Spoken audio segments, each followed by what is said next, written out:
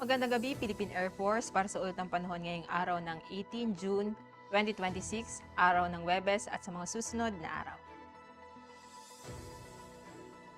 Para sa ating synoptic situation, ito ang ating minomonitor na LPA sa labas ng ating Philippine Area of Responsibility ay namataan kaninang 2 p.m. sa layong 2,385 km east of Eastern Visayas.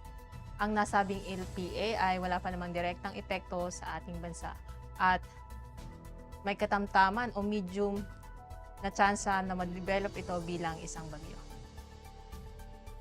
Samantalang easterlies or mainit na hangin nagmumula sa dagat Pasipiko ang siya naman makakaapekto dito nga sa may southern Luzon, Visayas at eastern section ng Mindanao na magdudulot ng mga bagyang maulap hanggang sa maulap na kalangitan na may mga pulupulong pagulan, pagkilat at pagkulog.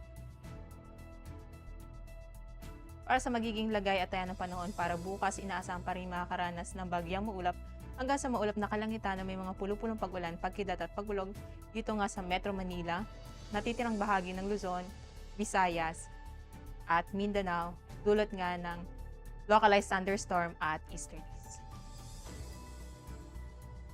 Para sa magiging lagay at taya ng panahon sa mga susunod na 3 araw, simula nga Sabado hanggang Lunes, ay makaranas ng bagyang maulap hanggang sa maulap na kalangitan na may mga pulupulong pag-ulan, pagkilat at pagkulog dito sa Metro Manila, Cavite, Lipa at Angeles.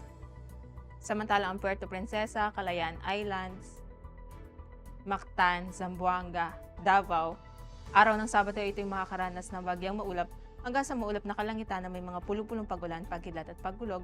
At sa darating na linggo hanggang Lunes, ito'y makakaranas ng maulap na kalangitan na may mga kalat-kalat na pagulan, pagkilat at pagkulog.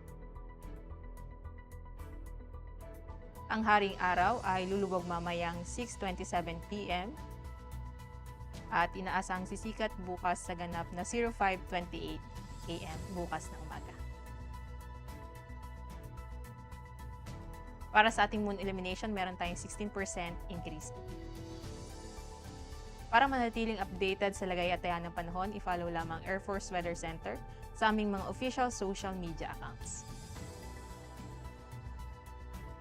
At yan lamang ang latest update natin sa weather sa ngalan ng aming commanding officer na si Colonel Alvin Jan Hugador, PAP GSC. Ako si Sergeant Rosemary De Los Reyes, Philippine Air Force Weather Broadcaster ng Air Force Weather Center. Muli, magandang gabi, Philippine Air Force.